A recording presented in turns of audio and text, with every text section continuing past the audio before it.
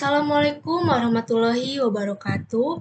Yang terhormat kepada Bapak Dr. Uus Muhammad Fadli SEMM selaku dosen pengampu mata kuliah studi kelayakan bisnis. Di sini saya akan mempresentasikan studi kelayakan bisnis toko minimarket Yuhiro Mart untuk memenuhi salah satu tugas mata kuliah studi kelayakan bisnis. Pertama-tama saya akan memperkenalkan diri terlebih dahulu. Nama saya Melanda Wulandari dengan NIM 2141 6261 2014 10 Prodi Manajemen kelas MN 21A.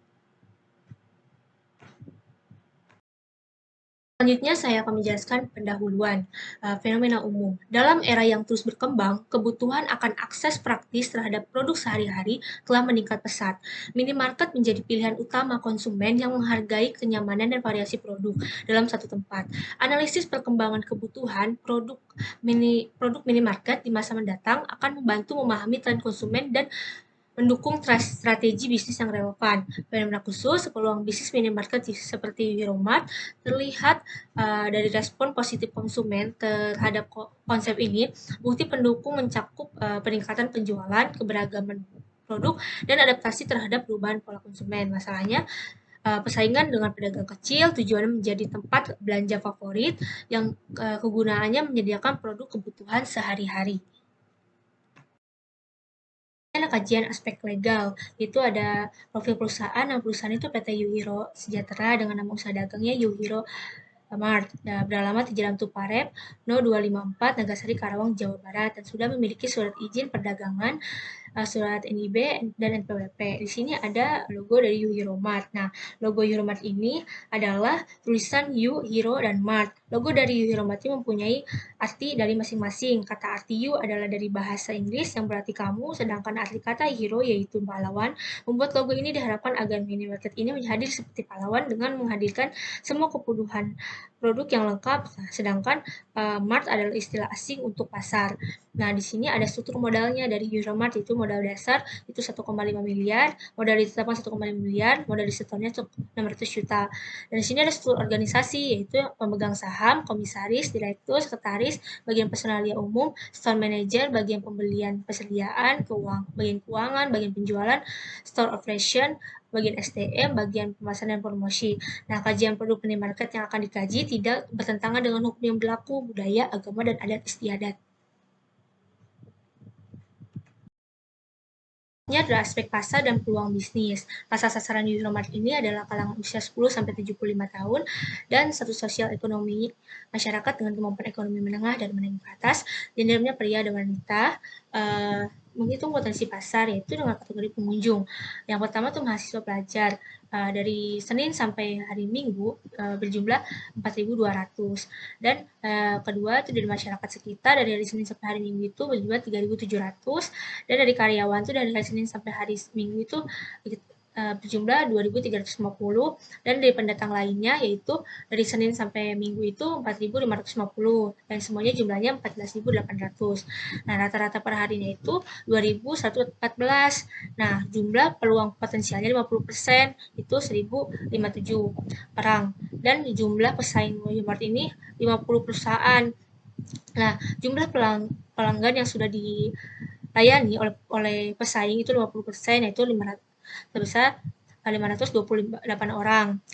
Sisa pelanggan potensial yang dapat dilayani 20%, yaitu 528 orang. Dan pelanggan yang sudah dilayani 50% dikali 1057 itu 528, dan pelanggan yang belum terlayani itu 50% dikali 1057 yaitu 528 orang. Dan perkiraan jumlah pelanggan yang dapat dilayani kisaran 40%, maka 40% dikali 528 itu 211 orang. Jadi calon pelanggan saat ini kisaran 211 orang per hari.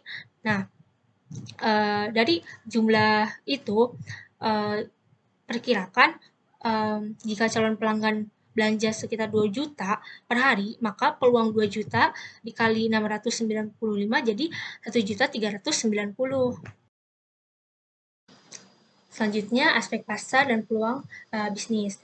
Peluang pasarnya itu dari aspek lokasi. Peluang pasar minimarket Euromart ini besar karena kebutuhan akan belanja harian di sekitar lokasi pemukiman. Penjelasannya itu minimarket yang terletak di dekat pemukiman penduduk cenderung memiliki peluang pasar yang baik karena melayani kebutuhan belanja seharian. Dan dari aspek produk, beragam dan berkualitas untuk memenuhi kebutuhan konsumen. Penjelasan itu menyediakan beragam produk dengan kualitas baik akan menarik minat konsumen untuk berbelanja di minimarket Euromart. Dan pada aspek harga bersaing itu menawarkan harga bersaing dibandingkan dengan toko serupa di sekitar. Yaitu penjelasannya harga yang kompetitif akan mempengaruhi daya saing minimarket dalam menarik pelanggan. Terus ada aspek pelayanan, yaitu memberikan pelayanan yang ramah dan baik untuk pelanggan. Dan penjelasan itu pelayanan yang baik dapat menciptakan pengalaman positif bagi pelanggan sehingga mereka akan datang kembali ke toko Euromart. Dan sini ada strategi pemasarannya itu dengan strategi produk. Nah, strategi produk dari Euromart ini adalah dengan menawarkan produk yang berkualitas dan menawarkan produk yang beragam untuk memenuhi kebutuhan pelanggan. Dan untuk strategi harganya pada Euromart ini dengan memberikan diskon atau potongan khusus pada produk tertentu dan memberikan banyak promo. Dan untuk strategi promosinya yaitu dengan melalui pemanfaatan sosial media seperti TikTok, Facebook, dan juga Instagram dan melakukan penjualan secara personal yaitu karyawannya secara langsung datang ke rumah pelanggannya untuk menawarkan produknya. Selanjutnya kajian aspek lingkungan, ekonomi, dan sosial. Pertama dari lingkungan, Euromart berkomitmen untuk mengurangi dampak lingkungan dengan mengadopsi kebijakan ramah lingkungan seperti pengurangan penggunaan plastik daur ulang dan peningkatan efisiensi energi dalam operasionalnya. Dan sosial, Euromart berperan aktif dalam komunitas lokal dengan mendukung inisiatif sosial seperti program pengembangan masyarakat, sumbangan amal, dan kerjasama dengan lembaga lokal untuk meningkatkan kesejahteraan sosial. Dalam ekonomi, Euromart berkontribusi pada pertumbuhan ekonomi lokal dengan menciptakan lapangan kerja dan memprioritaskan kerjasama dengan produsen lokal untuk mendukung perekonomian lokal, strategi harga yang berkelanjutan, juga menjadi fokus untuk mendukung keseimbangan ekonomi. Selanjutnya aspek teknik dan teknologi. Ini luas tektoral layout-nya untuk minimarket ya sebesar luasnya 400 meter dan gudangnya 100 meter, parkirnya 100 meter, untuk ruang kantor 25 meter, dan untuk pintu masuk 20 meter, dan terdapat 4 rak. Dan pengguna teknologinya itu perangkat komputer dan mesin kasir juga CCTV. Dan Euromart memiliki aplikasi mobile. Jadi selain one-stop solution, minimarket Euromart juga akan tersedia secara online dan juga offline. Jadi di sini ada aspek finansial, yaitu ada arus cash flow. Bisa dilihat ini adalah arus cash flow dari Euromart. Bisa dilihat dari tabel di PPT ini. Periode.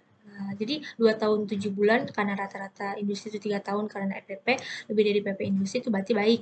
Dan PP industri dari 3 tahun PP perusahaan, yaitu PP industri pengembalian modal berarti lebih baik. Jadi perhitungan periodenya baik karena lebih dari industri.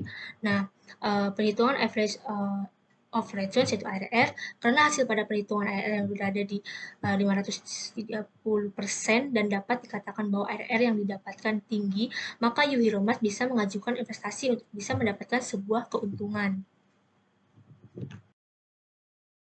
Karena hasil dari NPV bernilai positif menandakan bahwa proyeksi pendapatan yang dihasilkan oleh perusahaan Euro Sejahtera atau Euromart ini melebihi proyeksi biaya yang dikeluarkan, yaitu didapatkan nilai bersih pada waktu sekarang yaitu sebesar 2.317.572.000. Hal ini menunjukkan bahwa proyek ini layak untuk dilaksanakan karena telah memenuhi kriteria layak NPV, yaitu nilai NPV-nya lebih dari 0. Untuk IRR ada rasionya gitu ya dari data awal, terus totalnya itu 25,97% finalnya. Dan untuk menghitung probability index-nya dari Euromart ini pada keuntungan bersih selama 5 tahun minimal sebesar 154%, kemudian tuh 254% dikurangi 100% sama dengan 154%, dan kesimpulan dari hasil perhitungan probability index adalah sebesar 254,50 kali, yang artinya investasi ini layak untuk dilaksanakan karena PI-nya lebih besar dari 1.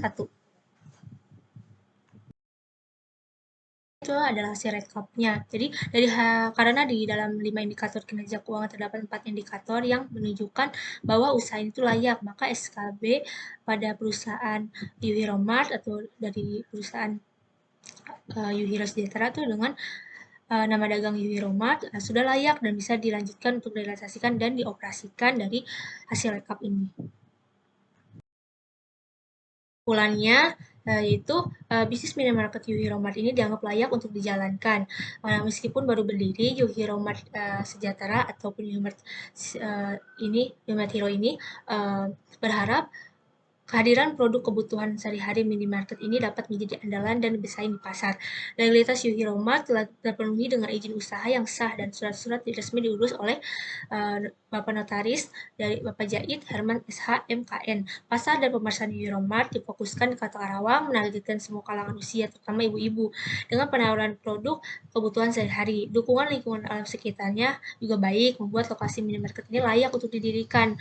Dalam aspek teknis dan teknologi, Yuhiromart memiliki sistem operasional yang baik dan beradaptasi dengan perkembangan teknologi dengan termasuk pemanfaatan aplikasi mobile seperti on-stop solution secara online dan offline. Dari segi finansial, Yuhiromart menggunakan modal sendiri dan melalui perhitungan kelayakan investasi dengan metode NPV, VI, PP, IRL, dan ARL, menunjukkan bahwa bisnis ini layak untuk direalisasikan.